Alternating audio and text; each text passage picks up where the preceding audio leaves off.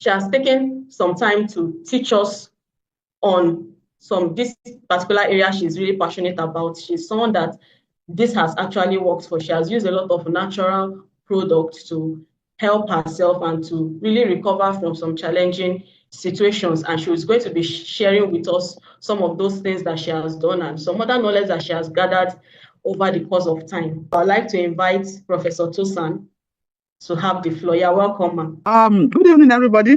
Peculiar Heritage for Youth Foundation. Thank you very much for inviting me to share with you this weekend. I consider it a great privilege. I've thanked the hostess for giving me the privilege to share. The title of my presentation is Healing and Health Challenges with Natural Remedies. I am Benedict Fregene. I am the founder and chief executive director of Center for Sustainable Rural Development. Who am I?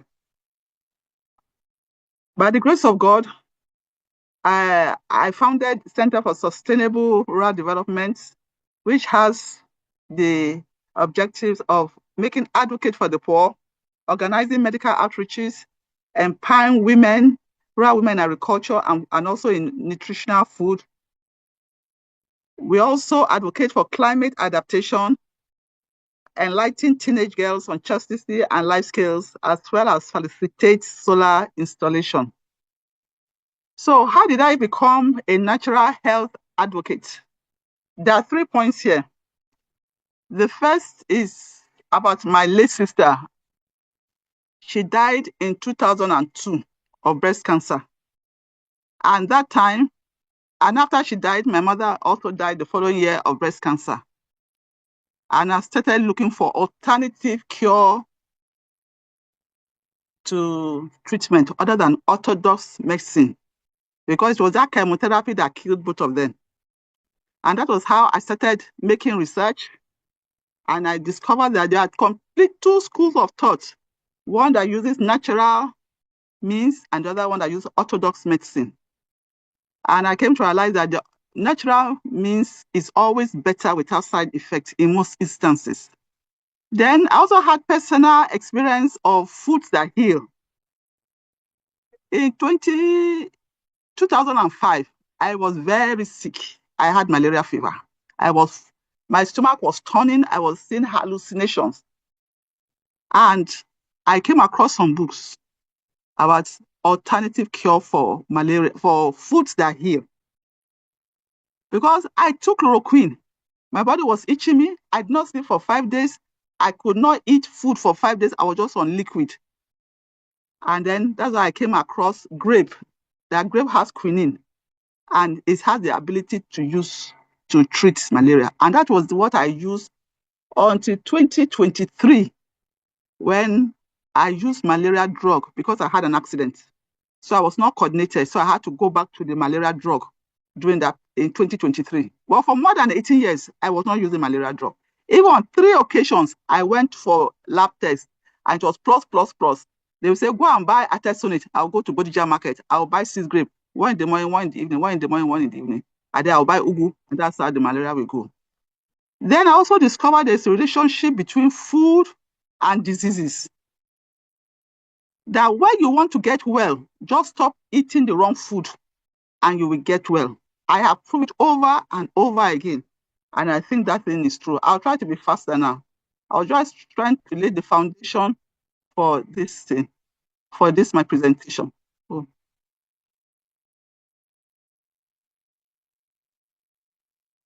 Okay. So an overview of natural remedies. Harnessing the inherent healing powers, properties of naturally occurring substances will promote wellness and combat health challenges. So for us to get natural remedies, we could leverage on the natural powers of the materials that we see around us. Secondly, we could use the whole person approach. That is by addressing the interconnectedness of mind, body, and spirit to foster comprehensive and lasting well-being. Natural remedy will always provide complete healing, not only for the body, but also for the mind too, and for the spirit. And it's more lasting than that of orthodox medicine. Thirdly, it uses evidence-based practices by employing treatments and methodologies that are grounded in scientific research, ensuring safety, efficacy, and reliability. Even though we say it's natural medicine, but we also use some form of scientific research to be able to administer it for the healing of our body. Then the last point, for the natural remedies, it is gentle on the body. Natural remedies often offer a gentler approach, a more gentle approach with fewer adverse side effects compared to conventional pharmaceutical intervention. Like I was telling you, I went to use grape to treat malaria. When I'm treating malaria, you won't believe that I was sick. You know, at times when you treat malaria, you even get more sick than before. I'll be going to the office, I'll be doing my work, I will tell you I'm treating malaria. You won't believe it. Things will go on normally when you're using natural means for healing. It does not destroy the blood cells like the one orthodox medicine does for malaria fever. So the foundation of natural healing, what is the role of nutrition? There's one thing the Holy Spirit taught me once when I was sick. He asked me a simple question. Do you want to live or do you want to die? I said, yes, I want to live. Then he told me that there's some food you must not eat if you want to live. But if you want to die, continue eating those food. This is because you are what you eat. Anything that will make you sick, stay away from it. We'll come across it as we continue in our study, in my presentation. The other thing is that it's important that we should eat meals at the right time if you want to enjoy good health. You will see this table by the right, the best time to eat. Talks about for breakfast, for lunch, and for dinner. What it is good for us, if you are fasting, then you know you are fasting. But if you are not fasting, it is good to eat promptly so that the body will benefit maximally on it. You should focus on consuming whole and unprocessed food that nourish your body at a cellular level. Eat more natural things. Then you should also prioritize fresh, seasonal fruits and vegetables, lean meat, and healthy fat. It's important we should avoid processed foods, sugary drinks, excessive amount of unhealthy fats, as this can contribute to inflammation and disease. It is also important we include nutrient-based superfoods like leafy green, berries, nuts into our daily diet to boost our overall health and well-being. Remember, your food is your medicine. Therefore, it's important you choose the right food, which can be a powerful tool for healing and for preventing sickness. The last time I stopped buying sugar in my house was more than 25 years ago. I stopped buying sugar. I don't drink processed drinks and I don't eat fried food. And it's because I'm trying to ensure that some diseases don't catch up with me as I age.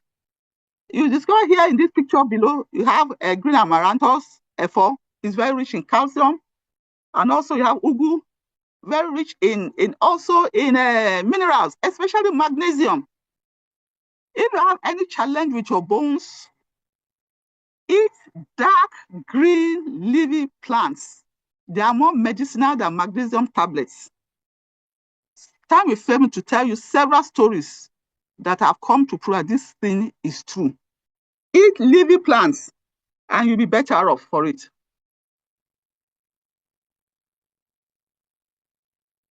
What is the connection between the mind and the body? The first thing is stress. Chronic stress can significantly impact health, leading to issues like hypertension, weaken immunity, and increase susceptibility to infection. It's important we manage stress through relaxation techniques, exercise, and mindfulness practice is crucial for maintaining overall well-being. We should learn to rest when it is time to rest. We should learn to go for a walk now to relax our mind. Then another aspect of the relation between the mind and the body is the immune system. Positive mental states such as happiness, optimism, and gratitude are linked to stronger immune responses and improved health outcomes. It's important we cultivate these states through positive affirmation, social connection, and engaging in enjoyable activities that can enhance our body's natural defense. There's a Bible verse that says that a broken spirit who can bear, but it talks something about a happy spirit is medicine to the body. So it's important we should guide against stress and stay in the midst of the right people that where our minds and our body can be well connected. And natural remedies, first of all, is the issue of digestive issues. A common remedy is to use ginger, which is known to stimulate digestion. Managing high blood pressure, garlic, ginger, and turmeric have been found to be very effective. So you have days of when you eat your food, the time, eat at the right time. Eat ugu. Ugu and efo is very rich in magnesium.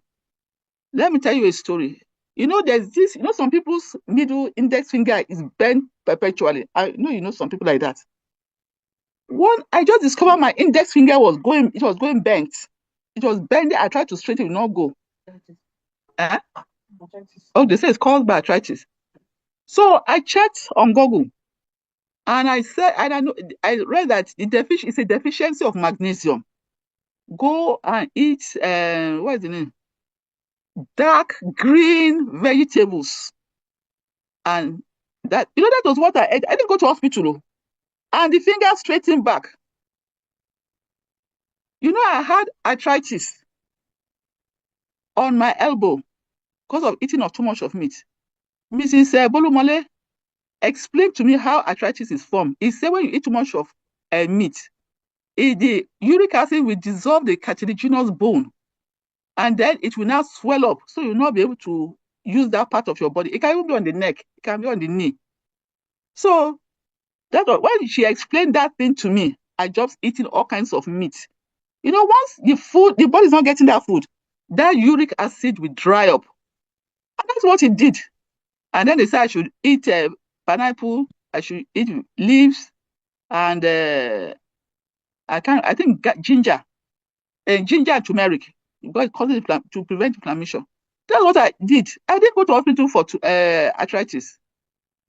And I took a lot of my grounded fish head bones as powder.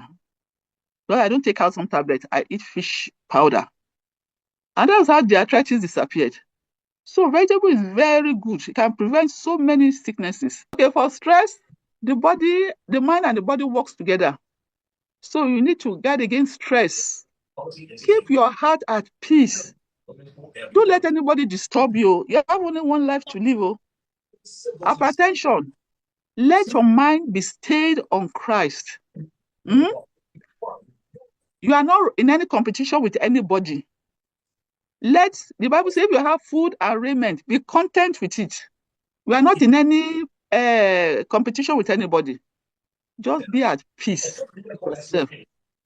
So you need to manage stress. You should exercise your body, and then you should be positive in your thinking, so that will improve your health outcome. Respiratory problem, lime, lemon, steaming, and use garlic to stop the cough.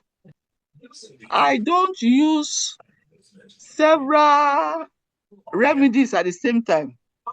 I use one at a time. Because when you use one at a time, you can manage it. When you are going out of it. Because I heard of somebody who took bitter leaf water and drank efirin again. The person almost lost her life. Then another person use what is this? The seed of moringa. Just I don't do that too. It's just one thing at a time. One maybe spice or vegetable or something I use at a time. I don't use two at the same time. So that's why I say lime or lemon. You do steaming, you use garlic to stop the infection, and use ginger to stop the coughing. Yeah. You use ginger to stop the coughing. So for malaria, you use grapefruit, lime, or lemon. So don't use two of them at the same time. To manage high blood, you use garlic, you use ginger. They are doing different things. Garlic is to reduce the pressure of the blood. Ginger and turmeric is for inflammation.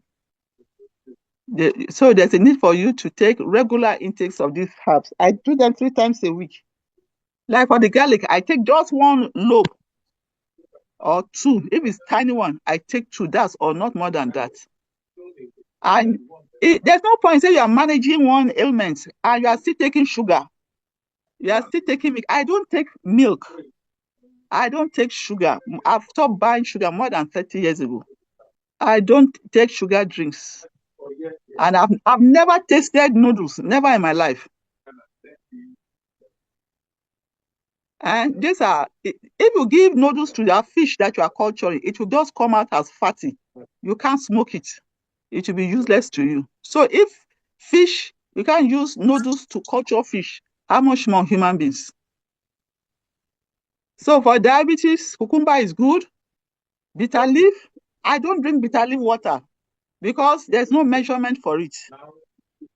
So what I do is that I wash the bitter leaf with normal water, not with some chemical, ordinary water. Then I dry it under room temperature and I chew it. I put it in my soup. It will wash away all the sugar. Like rice has a lot of, it ends up in sugar. Yam, I don't eat ever. I eat very little. I eat more cocoyam than yam. And I eat very little carbohydrate. I eat more of vegetables. Mm. So when you put bitter leaf, I put bitter leaf in all my food I eat. So as to wash away the excess sugar. Then aloe vera is very good for burns and for skin irritation. So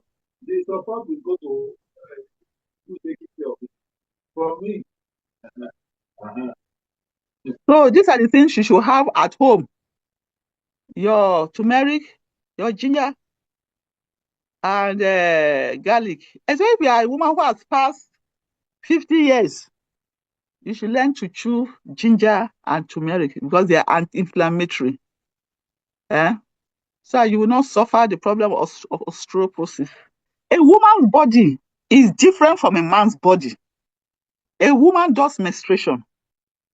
And because of it, those doctors will explain to you better. They have tendency to lose calcium more than the men, faster at a faster rate than the men. That is why you must look for other sources of calcium. Because I don't take calcium tablet, oh. I take fish powder. So they put inside their food and those pains stop immediately. The pains stop on the bones because the fish powder, it has calcium, it has niacin, and will help to rebuild the bones. This is just by the way. As you age, there are some things you must just drop. It must just drop off. If not, hmm, the old age will not be easy time for somebody. Thank you for listening. Thank you so much, Ma, for your wisdom, for your knowledge you just shared with us. And thank you for painstakingly coming back each time the network went bad. And I also want to appreciate everyone that has talked to us through thick and thin today. We are so grateful for your patience and for your support. I hope we've all learned one or two things from today's meeting, and we are planning to actually put to practice all that we've learned, or at least some of them. we could take one or two questions. If we have any question, we could raise our hands to ask or type in the chat section and then we'll read it out briefly. Okay, someone is asking, how can we get fish powder? Fish powder. The fish powder, you just get the head of fish, catfish head. You grind it and the bones, and it comes out. That's what you use. But you can't get that. You can, oporoko. Okay. With Stockfish. the crayfish, the big crayfish, that big one, the brown one. Okay. Then plus those small, small ones. Make sure it doesn't have sand though. Maybe you wash it, then dry it. Then you now take it to the mill. They will grind it for you to become powder. And you put it in your food. 1 spoon, not everybody's food, though, only your food, you, the woman that is aging. You own 1 spoon in every food you take at least once a day. You will see the difference it will have on your body. Okay. Wow, that's ingenious. Thank you so much for that. I don't know if any other person has a question. Maybe you type in the chat box or unmute and ask. Okay, Ma, you said something about magnesium. I didn't get that part. What can we take to increase our magnesium level in the body? There's magnesium tablets, like all those tablets that they sell. There's this one I wanted to say, but since we have said to wait. In not last year, upper year is 2023, November or so. I went to Djibouti. That was the year I said I was very sick, but I had to travel. In that place, I didn't see raw tomatoes. It was this ketchup they were using to serve food for us. It was bread and egg I ate throughout 1 week I stayed there. And when we are eating rice, it's ketchup. And I had my drugs. Do you know that with all those drugs, I felt sick. Very sick. I was taking 7 different types of drug, magnesium, all of them. They had to carry me back to Lagos on wheelchair. Wow. When I got to Ibadan, I threw away all my drugs. I went to the market. I went to buy different type of vegetables. That is what I ate, and that is what I'm eating. I've thrown away all those drugs. Because the vegetable is the richest form of magnesium. You can ask doctors also. It's not every doctor will tell you the truth. It's the richest form. And when I eat my own vegetable, I cook my sauce. Every day I'm going to eat one soup. I cut the vegetable, wash it, and put it. You say it's because I'm not married. I can say so, no problem. But that is what I see that is medicine for my body. I don't keep my food inside freezer, except the one that Chisom cooks for me. That one, I keep that one in the freezer. The one I bring it out, it thaws, and I cook it, and I eat it. But when I'm going to cook my own food, that I buy vegetable in the market, like efforiro with bitter leaf, I make the sauce, and I put the vegetable that day, and I finish that soup. I turn it, maybe after 1 or 2 minutes on the fire, turn it, put the fish powder, turn it, and eat it. I wash my pot. Tomorrow again, I cook another one. But the sauce is always there in the freezer. But the vegetable, it must be fresh into that pot. Because that's the only way you can have it fresh. Magnesium, vegetable is the richest source for magnesium. And other minerals you can think about, you get all of them in the vegetable, and which must not be overcooked, including your okra. And another thing that okra, if you are diabetic, okra, especially fresh okra, they say it's very good. Actually, I learned to eat okra with rice. One of my colleagues taught me to eat it, that it is very good to reduce sugar level and to still be crunchy. These are insightful recommendations. Thank you so much, Ma. I guess this is where we'll be drawing our curtains today. And once again, I want to thank everyone for staying with us, for joining us, and for learning with us this last Saturday of the month. We appreciate you and we wish you a wonderful Sunday service tomorrow. So before we go, I am Chizo Adisa, the founder of Peculiar Heritage for Youth Foundation. We've been operating since 2023, and we turned two just on February 10th of this year. God has been helping us. We've been having some remarkable impact with our programs and our outreaches to the youth. So this Easter period, we usually have our Good Friday Easter outreach, which we reach out to some less privileged individuals in society, well, especially in terms of preaching the gospel. So today we are reaching out, this Easter, we are reaching out to the same people we reached out to last year to have some remarkable, some like follow-up impact on them. And also we are reaching out, we are soliciting for your support, your goodwill, material, financial, and all of that. My number is in the chat. It's in the chat section. You could reach out to me if you are led to support what we are doing. And for these last Saturday meetings, we usually have them each month from February to November.